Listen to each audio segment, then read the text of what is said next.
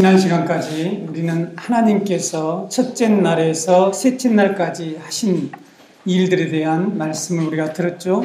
하나님께서 첫 3일 동안 이 분리하시는 일을 통해서 창세기 1장 2절에 나타난 문제들, 즉 흑암과 혼돈의 문제를 해결하셨다라고 말씀을 드렸습니다. 오늘부터는 두 번째 3일 동안에 하신 일들에 대한 내용들을 우리가 살펴보면서 그 안에 어떤 하나님의 복음, 이 구원의 놀라운 복음이 있는지 함께 살펴보고자 합니다. 오늘 말씀은 조금은 어려울 수가 있습니다. 여러분들이 이전에 막연히 알고 있었던 이 창세기에 대한 지식들과 충돌을 일으킬 수가 있습니다.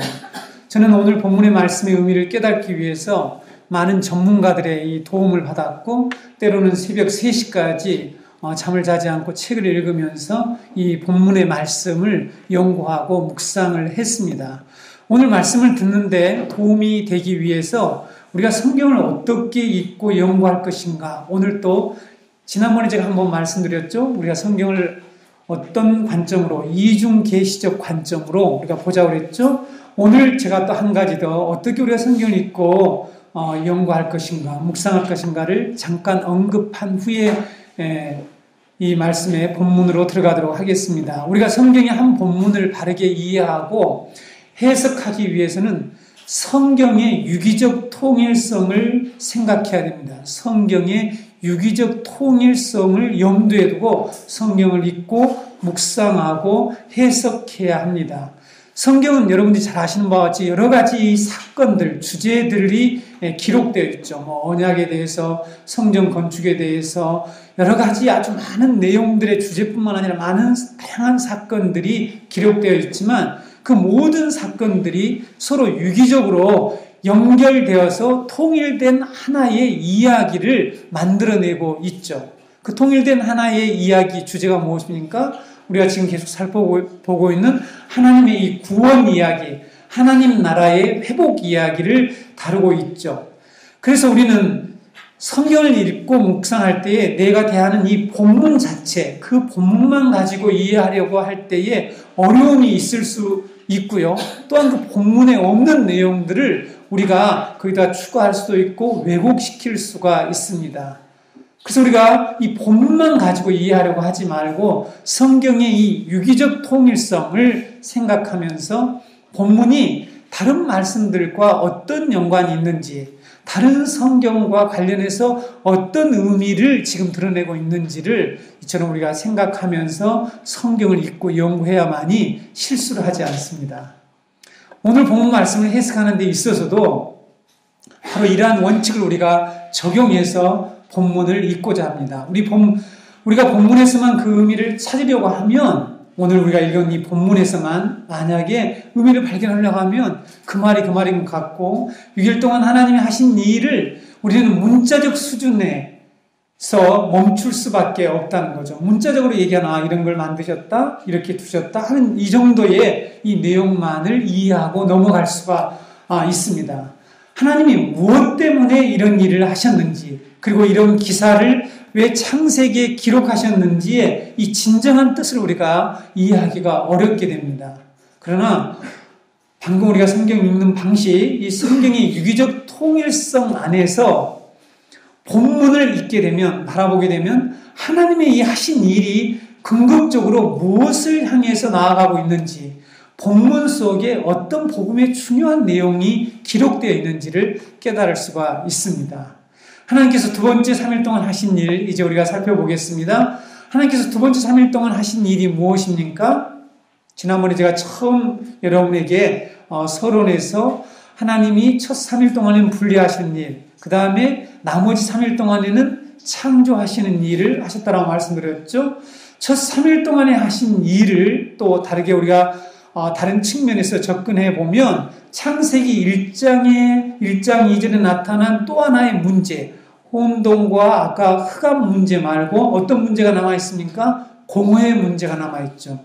이 세상의 공허의 문제를 해결하시는 일을 하나님께서 나머지 3일 동안 하셨다는 사실입니다.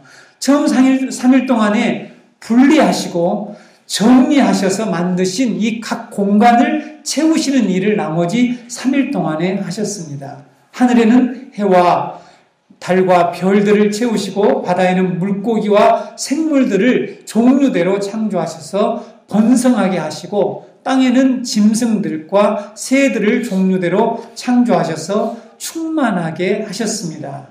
그리고 여섯째 날에는 이 모든 공간에 있는 것들, 즉 바다의 물고기와 하늘의 새와 땅에 있는 모든 이 짐승들과 가축들을 다스리는 인간을 마지막으로 창조하신 것이 이 나머지 3일 동안에 하나님이 하신 일이죠. 이렇게 여러분 넷째 날에서 여섯째 날까지는 여섯째 날까지 하나님은 말씀을 통해서 하늘의 이 직분자를 세우셨습니다. 하늘에 직분자를 세우고 바다에 직분자를 세우고 땅의 직분자들을 임명하셔서 그들로 각자의 이 임무, 역할들을 주시고 이 공허의 문제를 해결하셨다는 사실입니다.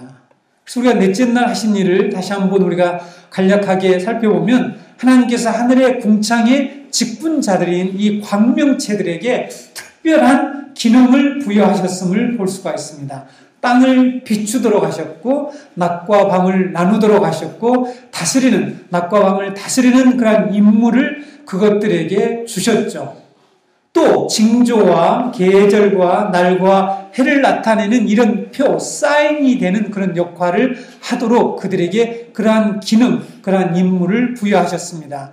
17절, 18절을 보게 되면 요약이 되어 있죠. 하나님이 그것들을 하늘 궁창에 두어서 땅을 비추게 하시며 낮과 밤을 주관하게 하시고 빛과 어둠을 나누게 하시니 하나님이 보시기에 좋았더라. 이렇게 말씀하고 있습니다.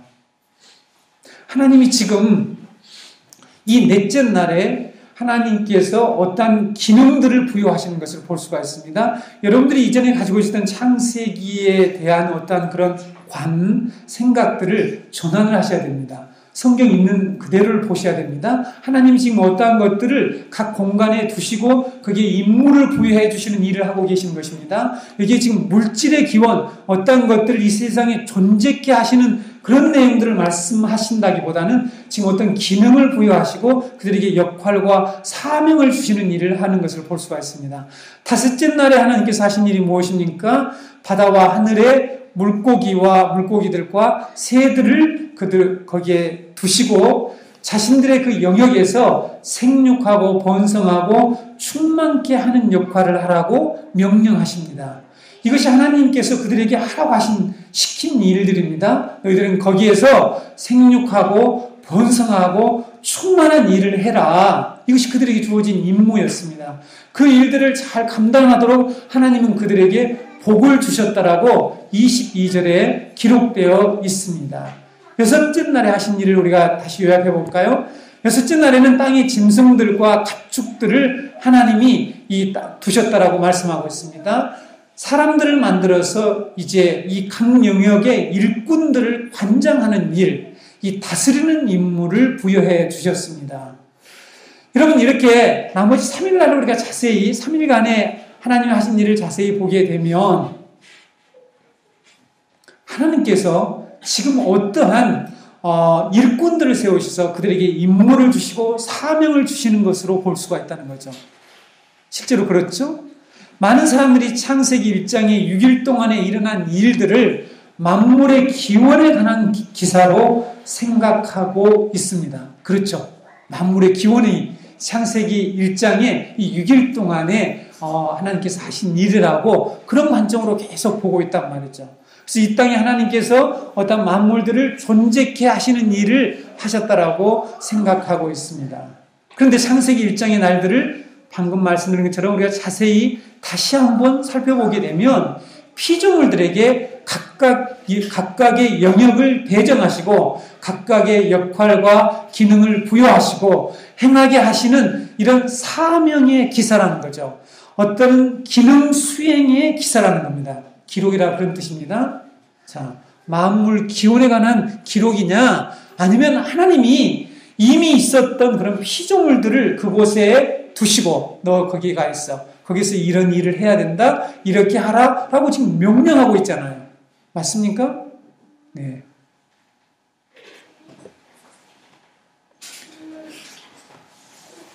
이렇게 우리가 이 말씀을 하나님께서 만물의 기원에 관한 것에 초점을 맞춰서 지금 이러한 기사를 이 창세기 1장을 기록하지 않고 어떤 기능을 부여하고 사명을 부여하고 일꾼들을 세우고 하는 이런 일을 하신 것이라는 것이 우리가 창세기 1장의 하나님의 활동에 관련해서 지배적인 이 두 가지 동사가 나오는데 이 두 동사를 통해서 확인할 수가 있습니다. 목사가 밥 먹고 뭐 합니까? 네, 이런 말씀, 단어 연구, 사전 보고 이런 일 합니다. 그래서 이걸 열심히 찾아보았죠. 그럼 창세기 1장의 1절과 27절에 이 인간 창조와 관련해서 창조하다는 단어가 나오죠. 네, 히브리어의 단어가 뭐라고 그랬죠? 바라라고 하는 단어라고 그랬죠. 이 바라라는 동사는 기능을 부여하는 신적 활동을 나타낼 때 사용하는 동사라는 것입니다. 다시요. 어떤 기능을, 사명을, 임무를 부여하는 그 신적 활동을 나타낼 때에 사용되는 단어가 바라라고 하는 단어라는 사실입니다. 창세기 1장에서 2번 사용되고 있죠. 성경 전체는 50번 정도 사용되고 있습니다. 이게 모두 하나님과 관련해서만 사용되는 단어죠. 그래서 하나님께서 임무를 부여해 주신다는 거죠. 어떤 기능을 주실 때 사용한다는 거죠.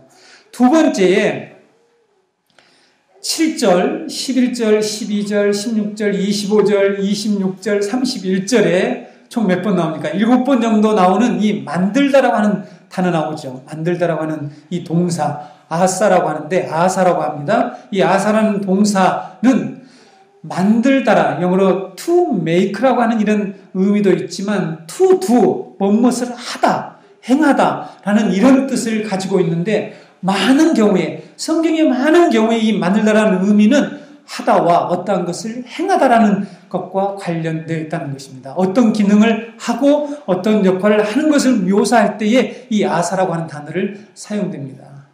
제가 설교 시간에 목사님 무슨 그런 사전적인 얘기까지 이렇게 설명하십니까 하고 하지만 이전에 여러분들 오늘 제가 이 말씀을 전하기 위해서 강단에 서면서 이런 생각이 들었어요.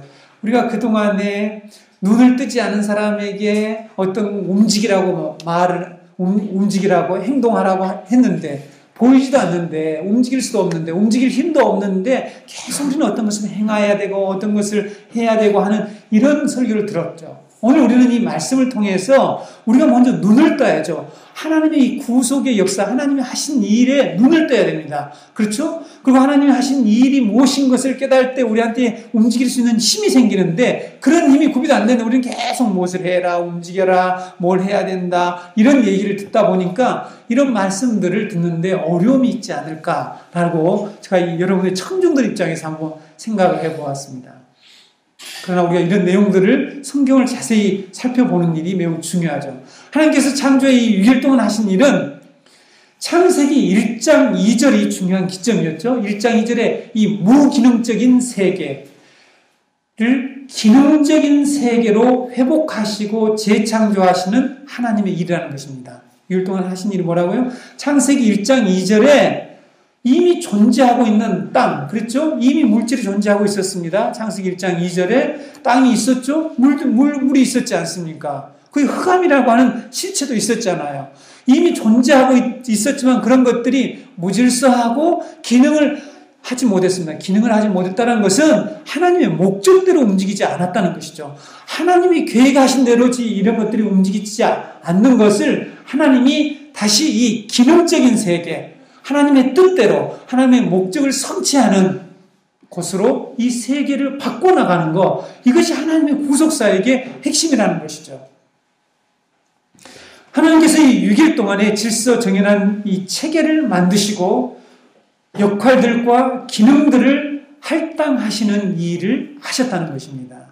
그러므로 창세기의 날들은 하나님이 어떤 목적을 이루기 위해서 피조물들을 제자리에 위치시키고 기능하도록 하시는 일을 하셨다는 것입니다. 창세기 1장에서 하나님이 하신 일의 의미가 무엇일까? 라는 것으로 우리는 이제 질문을 해볼 수 있습니다. 창세기 1장에 하나님이 분리하시고 각 영역에서 일꾼들을 배정하시고 임무와 역할을 주시는 그런 일들을 하신 궁극적 목적이 무엇일까 하는 거죠. 무엇일까요, 여러분? 하나님이 이런 일을 그냥 하신 일이 무엇 때문에 했을까요? 다시 말씀드리면 6일 동안 하나님이 하신 일의 그 뜻, 그 목표가 뭐냐는 거죠. 무엇을 하려고 이런 일을 하셨는가 하는 거죠. 여러분들이 처음 듣는 말씀이라 생소하고 의아해할지 모르겠지만 아까 서두에서 말씀드린 것처럼 성경이 유기적 통일성을 가지고 성경을 어떤 본문을 우리가 접근하고 읽어야 된다고 그랬죠.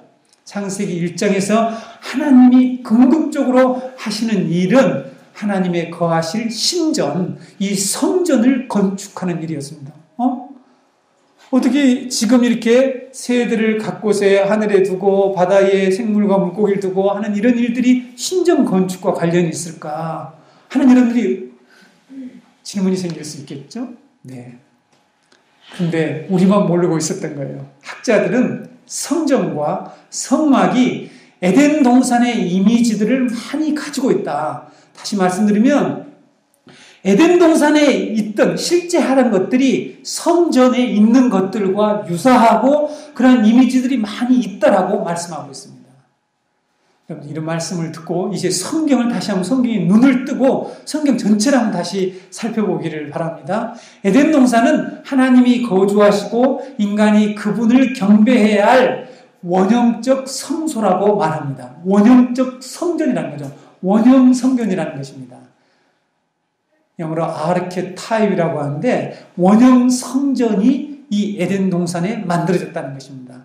에덴 동산의 많은 특징들이 그래서 후대에 하나님께서 이스라엘 백성들에게 건축하도록 명령하신 이 성막과 예루살렘 성전에서 많이 볼 수가 있습니다. 유대인 역사가 요세푸스도 마찬가지 이런 얘기를 했습니다. 성막의 물건들 하나하나는 우주를 상기시키고 상징하도록 의도되었다라고 말하고 있습니다. 솔로몬이 만든 성전을 우리가 한번 살펴보겠습니다. 여러분 성전 바깥들에 있는 것들이 여러 가지 있어요. 번지잔도 있었는데 성전 바깥들에 노스로 만든 무엇이 있었습니까? 무엇이 있었습니까? 물두멍이 있었는데 물두멍 말고 물두멍이 몇 개입니까? 네, 물두멍은 10개예요. 거기에 노스로 만든 바다가 있습니다. 영어로 시입니다. 그대로 바다예요. 저 바다를 얘기해요. 노스로 만든 바다가 있죠. 이 노스로 만든 바다는 12마리의 황소가 받치고 있었습니다. 동서남북으로 3마리씩 이렇게 다 방향을 틀고 있었습니다. 직경이 450cm입니다. 10규빗이니까 1규빗이 45cm 정도 되니까 직경이 450cm. 엄청 높죠? 높이가 225cm였습니다. 5규빗이니까요. 그리고 4,300리터의 물을 담을 수 있는 엄청난 물 저장고. 4,300리터. 상상이 잘 안 되죠? 이런 높바다가 어디 있었냐면 성막, 성전, 성막 바깥들에 이것이 있었습니다. 하나님 이걸 만들라고 그러셨어요.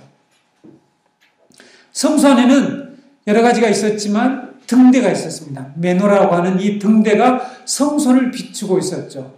여러분, 넷째 날 하늘의 공창에 하나님께서 광명체, 오늘 우리가 광명체를 만들어요. 큰 두 광명체를 만들어 놓았다고 했죠? 이 광명체와 동일한 단어가 바로 성소에서 이 비추고 있었던 이 등대와 동일한 단어입니다. 우리가 지난번에 성소와 지성소를 구분하는 휘장에 대해서 배웠죠? 이 휘장은 둘째 날에 창조된 궁창하고 같다고 그랬죠? 제가 그 말씀 안 드렸나요? 네. 창조된 궁창과 똑같은 단어고 똑같은 내용을 펼쳐서 만들어놓은 그런 의미라고 말씀드렸죠. 휘장이 하는 역할이 무엇이었습니까? 하나님이 거하시는 성소와 지성소를 구분했는데 이것이 바로 창세기 1장에 하나님께서 하시는 1장의 이 첫 3일 동안에 하시는 그런 일들이었죠. 그래서 하늘과 땅을 분리하는 이런 역할을 휘장이 했고 하늘은 하나님이 거하시는 처소고 땅은 우리 인간이 거하는 그런 장소로서 하나님이 구분하셨습니다. 여러분 에덴 동산에 흐르는 이 강이 있지 않습니까? 이 강이 어디에 나타납니까? 에스겔서 47장에 보면은 성전이 나오는데 그 성전에서 흘러나오는 강들로 다시 나타나게 되고, 요한계시록 22장에서 하나님의 보좌로부터 흘러나오는 이 생명수 강으로 다시 한번 등장하게 되죠. 여러분, 에덴 동산의 많은 이미지들이 성경의 곳곳에서 다시 나타날 뿐만 아니라 요한계시록에서 나타나고 있는 것을 볼 수가 있습니다. 에덴 동산에 발견되는 금과 호마노가 있습니다. 우리가 다음에 2장에서 살펴보겠지만 출애굽기 28장에서 이 성소와 제사장의 옷을 장식하는 데에 이러한 것들이 사용되고 있고, 요한계시록 21장 하늘에서 내려오는 참성전 새 예루살렘에서 다시 한번 이 12가지의 보석들이 등장하게 됩니다. 그래서 여러분, 지금 하나님께서 이와 같이 이 창조하신 에덴, 이 하나님께서 지금 창세기 1장에서 하시는 이 일들과 성전은 밀접하게 연결되어 있음을 성경 전체가 우리에게 보여주고 있습니다. 뿐만 아니라 하나님이 창조하신 이 우주가 하나님의 성전이라는 것은 이사야 선지자가 선포하고 있습니다. 이사야 66장 1절을 보시게 되면 여호와께서 이와 같이 말씀하시되 하늘은 나의 보좌요 땅은 나의 발판이니 너희가 나를 위하여 무슨 집을 지으랴 내가 안식할 처소가 어디랴, 이런 말씀을 하고 있습니다. 이 한 말씀으로 우주를 성전으로 보기에 충분합니다. 이 창세기 1장에 일어난 이 일들이 하나님의 성전 건축이라는 것을 우리는 알 수가 있습니다. 우주를 성전으로 보는 다른 말씀도 많이 있습니다. 제가 한두 군데 더 소개하겠습니다. 열왕기상 8장 27절에 하나님이 참으로 땅에 거하시리이까 하늘과 하늘이라도 주를 용납하지 못하겠거늘 하물며 내가 건축한 이 성전이오리까. 성전과 하늘 보좌에 있는 하늘에 지금 다른 원형의 성전이 있다는 것을 성경의 저자들은 잘 알고 있습니다. 여러분, 히브리서 8장에 보게 되면 거기에서 하나님께서 이 예수님 그 구약의 성전의 성막과 성전에 있는 제사장들에 관한 얘기들을 쭉 말씀하면서 이것은 하늘의 원형이 있고 이것은 그림자이고 더 좋은 약속이 있다는 말씀을 하게 되죠. 그렇죠? 그런 것들은 다 그림자라고 얘기하는 것입니다. 여러분, 하나님이 모세에게 성막을 건축하라고 하실 때에 그 보여준 식양이 어디에 있었습니까? 그 설계도가 본래는 어디에 있어요? 하늘에 있다고. 하늘에 있는 것을 그대로 보여줘서 그대로 지으라고 말씀하고 있다는 거죠. 이 원형, 이 성전의 원형이 바로 어디에 있냐면 오늘 우리가 읽은 이 본문의 창세기 1장에 있다는 것입니다.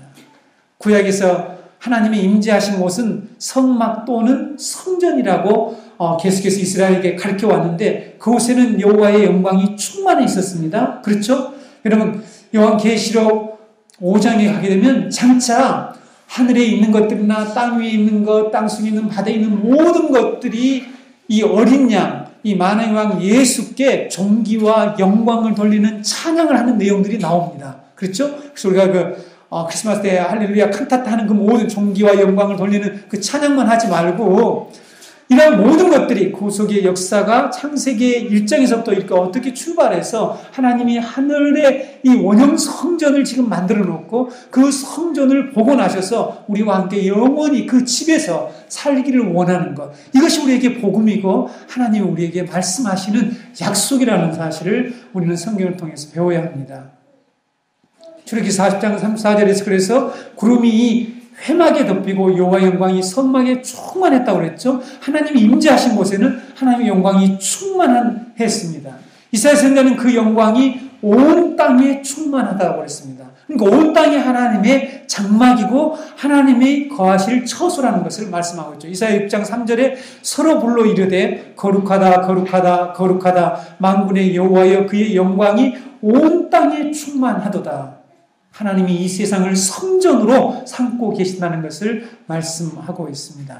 그러므로 창세기 1장의 핵심적인 진리는 이 세상이 하나님이 창조하신 세계가 하나님의 임재 장소인 성전으로 지어졌다는 것을 우리에게 선포하고 있습니다. 여러분, 신구약 성경, 신구약 이 전 성경의 역사는 하나님 나라의 이 궁극적 건설과 완성, 그리고 안식이라고 하는 이 목표를 향해서 점진적으로 하나님이 구속의 역사를 펼쳐나가시는 그 내용을 기록하고 있죠.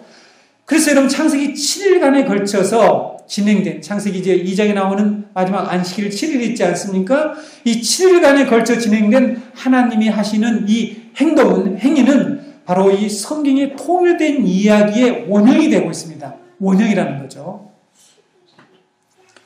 여러분, 신은 어디에서 안식을 누릴 수가 있을까요? 신전에서 안식을 누릴 수가 있습니다. 맞습니까? 그래서 여러분, 이 안식일을, 우리가 안식일 하면 어떤 일에서 해방되고, 우리가 어떤 이런 개념이 있는데, 창세기 2장에 나오는 이 안식일, 하나님이 모든 천지 만물을 다 이루신 후에 하나님이 안식하셨다라고 하는 이것은 뭐냐면, 드디어 하나님이 거하실 집이 완공되어서 하나님께서 거기서 이제 안식하신다라고 하는 그런 의미가 있습니다. 그래서 여러분 처음 3일 동안 하나님의 이 주권적인 행사가 세계의 거대한 공간, 하늘과 땅과 바다와 이 거대한 공간을 만드신 일을 하셨고, 하나님이 주권적인 이 행사를 통해서 하나님의 이 권위를 통해서 이런 일을 하셨고, 4일부터 6일까지는 각 영역에 일꾼들을 세우셔서 임명하셔서 각 영역들을 다스린 일을 하셨습니다. 여러분 여기 보세요. 창세기 오늘 이 나온 이 3일 동안에 반복되어서 나오는 단어가 뭐냐면은 주관하라, 다스리라는 단어. 이 다 똑같은 단어입니다. 다스리다는 뜻이죠. 주관하다, 다스리다. 다스리다는 의미는 어떤 의미죠? 통치 개념입니다. 통치 개념. 그렇죠? 이 통치 개념이 오늘 이 3일 동안에 계속 나오고 있죠. 이렇게 하나님께서 첫 3일과 이 나머지 두 번째 3일간에 하신 이런 일들은 왕의 권위를 드러내는 일이었고, 하나님 전부 명령을 하시죠. 말씀하신단 말이죠. 왕이 명령하면 이 세상의 모든 것들은 그대로 됐습니다. 고대사에서는. 요즘은 대통령이 얘기해도 웃기고 있네, 지나 잘하지, 이렇게 얘기하지만 고대 시대 때는 서문이 만극하이다. 그리고 왕의 그 명령에 대해서 사약을 내려줘도 그걸 기꺼이 받아들일 정도로 우리나라에서 봤잖아요. 고대에서는 왕의 명령은 어기를 자가 없었죠. 그래서 명령하시자 모든 일이 그대로 되니라고 하는 것은 왕의 권위를 나타내는 그런 행위였습니다. 그리고 왕이 거하는 이 신전, 성전이죠. 신전은 그 권위가 지속적으로 되도록 만드는 장소였습니다. 영어로 헤드쿼터인데 본부라는 거죠. 본부. 통치의 본부, 센터를 하나님께서 만드시는 일을 하셨다는 것이죠. 하나님께서 하나님 나라 건설과 완성을 위해서는 왕권을 행사하시고 왕권을 지속적으로 행사하시기 위해서 이 왕이 거하실 이 신전을 짓는 일은 반드시 필요했습니다. 이 일을 지금 창세기 1장에서 하시고 있다는 거죠. 우리는 이스라엘 구원 역사의 창세기 1장의 패턴이 반복되고 있는 것을 볼 수가 있습니다. 성경을 이제 눈을 뜨고 오셔야 됩니다. 성경을 유기적 통일성으로 보라고 그랬죠? 네. 여러분 출애굽기에 보게 되면 하나님께서 하나님 나라를 이제 세우기 위해서 한 민족 이스라엘 백성들을 선택하시고 이스라엘 백성들을 애굽에서 구원하셨죠. 그리고 3개월 후에 어디에 도착합니까? 3개월 후에 시내산에 도착해요.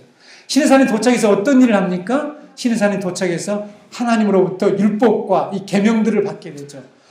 거기서 얼마 동안 머무릅니까? 1년 동안, 약 1년 동안 거기서 머물면서 하나님과 이 언약을 체결하는 일을 합니다. 그리고 하나님과 이 왕과 백성의 이 관계를 어떻게 유지할 수 있는지에 관한 내용들이 바로 이 율법이고 계명들이지 않습니까? 이것을 받게 되는 것이죠. 거기서 하나님과 언약을 체결합니다. 그리고 이렇게 언약을 체결한 후에 하나님께서 하신 일들이 무엇입니까? 하나님께서 명령하신 일이 무엇입니까? 우리가 출애굽기에 개관해서 배우게 되겠지만 성막을 건축하라는 그런 명령을 하셨고, 이 성막 건축을 해서 준비하고 성막 건축하는 일, 그래서 성막 건축을 완성을 해서 여호와의 영광이 충만한 것으로 출애굽기는 끝나게 되는 것을 볼 수가 있습니다. 그래서 여러분 성경에 기록된 모든 내용들은 한편으로는 성전 건축의 역사라고 할 수가 있습니다. 그렇죠? 여러분, 성전 건축의 역사. 지금 근데 이 성전 건축의 역사에 대해서 우리가 노아 방주를 성전으로 이렇게 생각을 해왔는데 창세기 1장의 이 내용을 성전의 원형으로 들은 경우가 별로 없다는 사실입니다. 이번에 저는 많은 전문가들의 도움을 받아서 이것이 분명하구나. 이것이 바로 하나님이 우주 성전을 지으셔서 하나님이 이 세상을 다스릴 이 센터, 본부를 만드시는 일, 이것이 바로 성전이라고 하는 것을 우리는 알 수가 있습니다. 하나님의 백성인 이스라엘이 우상을 숭배하고 다른 신을 섬기게 되어서 하나님의 통치가 이스라엘에서 쇠퇴하게 될 때에 이스라엘에 어떤 일이 벌어지니까 이스라엘의 이 성전이 붕괴됩니다. 하나님께서 성막을 붕괴시켜요. 하나님께서 성전을 붕괴시켜서 하나님이 떠나시고 하나님이 통치를 안 하신다는 것을 가시적으로 보여주는 것, 하나님이 그들과 함께 같이 하시지 않는 걸 보여주는 것이 성전을 붕괴시키는 일이죠. 그렇죠? 그리고 하나님이 다시 은혜를 베푸셔서 구원하시고 그들을 회복을 하시기 시작할 때에 어떤 일을 합니까? 성전을 재건하는 일을 합니다. 여러분, 성전하면 여러분들은 무슨 생각을 먼저 하죠? 성전하면 하나님께 바치고 예배드리고 하는 이런 생각, 예배의 처소로만 생각해서는 안 됩니다. 성전은 하나님이 거하시는 이 집은, 하나님의 이 성전은 바로 하나님 나라의 통치의 이 왕궁과 같다는 거죠. 하나님이 거하시는 신전부제는, 그러니까 성전이 없는 것이죠. 신전부제는 하나님의 통치의 부재를 의미합니다. 하나님이 통치를 안 하시겠다. 하나님의 통치가 없다. 그래서 우주 성전이 없다는 것은 우주 성전의 부재는 우주 질서의 부재로 나타납니다. 이런 왕이 없으면 어떻게 됩니까? 온 세상이 엉망이 되는 거죠. 그렇죠? 무질서하게 됩니다. 대통령이 없고 통치자가 없으면 어떻게 되겠어요? 백성들이 각기 속에 오는 대로 지 멋대로 하고 질서가 무질서하게 된다고 성경이 말씀하고 있지 않습니까? 그래서 하나님께서는 이와 같이 하나님의 나라를 세우고 건설하시기 위해서 먼저 하나님의 이 성전을 건축하는 일을 하셨다는 것이죠. 창세기 1장 2절에 땅이 혼돈하고 공허하고 흑암이 깊었던 것은 바로 하나님의 성전이 부재했기 때문이죠. 하나님의 성전이 없었기 때문이라는 사실입니다. 그래서 하나님의 왕국 건설을 위해서 가장 먼저 하나님이 거하실 신전을 건축하시고 거기에서 하나님이 안식하셨다는 것입니다. 신은 어디에 있어야 안식이 된다고요? 네, 대통령은 청와대에 있어야 불안하지 않습니다. 그렇죠? 밖에 나오면 그냥 UDT 첩보 모든 걸 동원해가지고요. 그냥 자기 안식이 없어요. 여러분, 대통령이 한번 등장하게 되면요. 얼마나 이 정보원들이 나와서 이곳을 샅샅이 뒤지고 준비하는지 여러분 아십니까? 네. 저는 저희 형님을 통해서 들었습니다. 그분이 대통령이 요청공단 이렇게 기공식에 참석하기 위해서 오셨는데 바닷속까지 다 뒤지더래요. 그리고 출입하는 모든 사람은 다 뒤지죠. 안식을 할 수가 없어요. 어디에 가면? 네, 왕궁에 가면 안식할 수 있습니다. 다음 창세기 2장에서 이런 안식일의 진정한 의미가 무엇인지를 우리가 살펴볼 텐데요. 하나님 나라와 성전 건축이 이와 같이 긴밀하게 연결되어 있고 성경 전체를 가로지르는 이 핵심 주제가 되는 이유가 바로 여기에 있다는 것입니다. 하나님 나라와 성전 건축이 말입니다.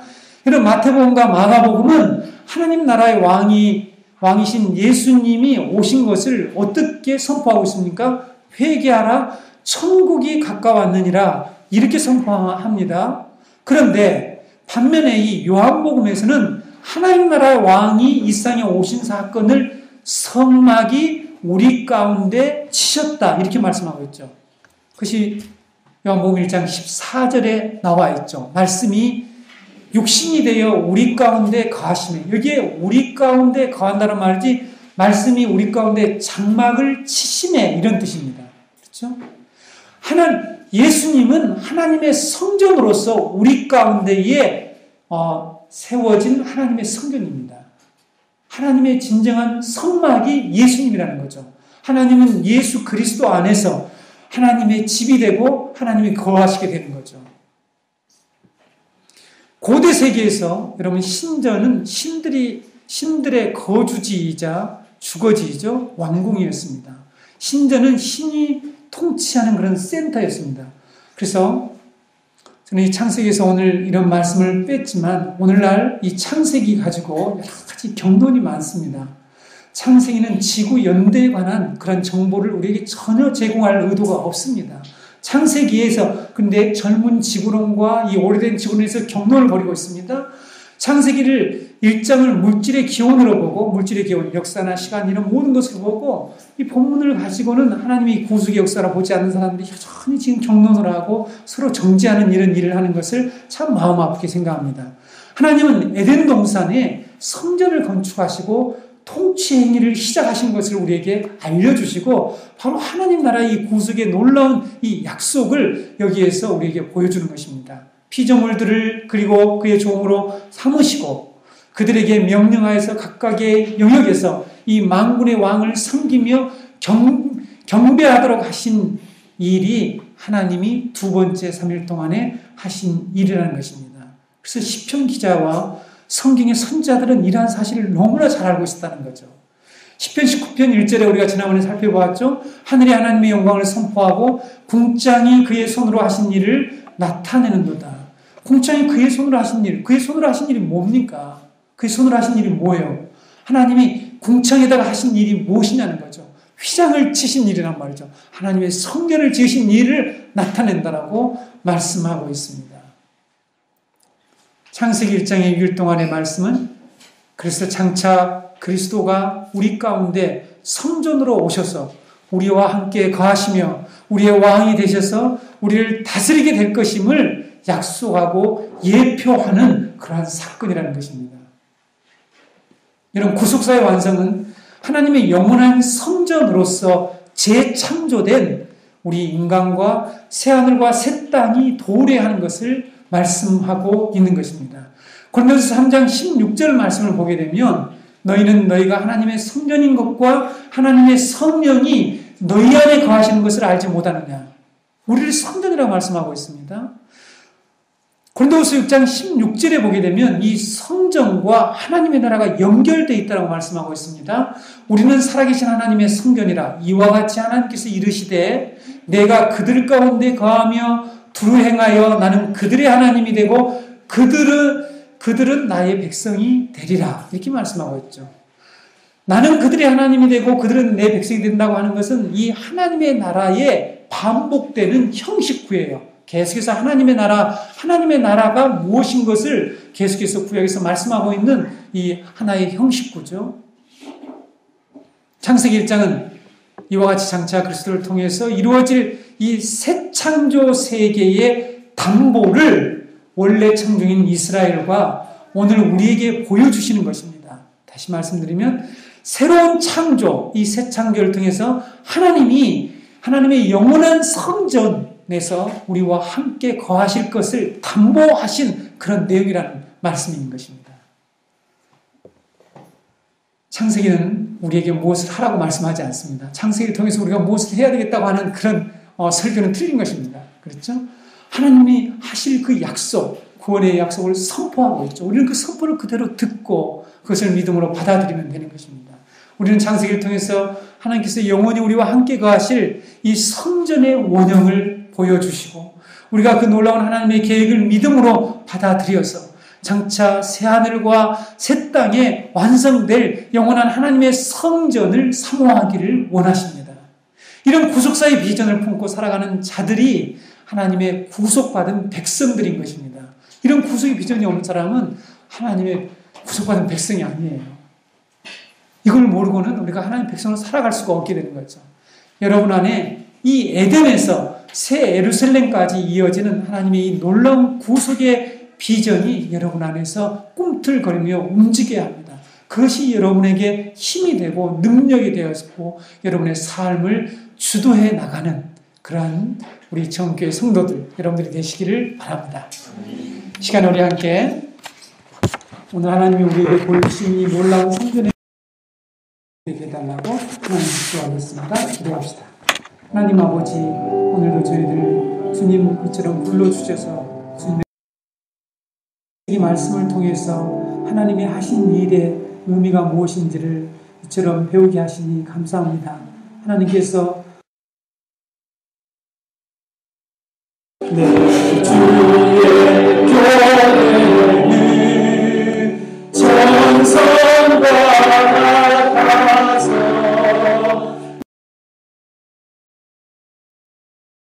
마치겠습니다.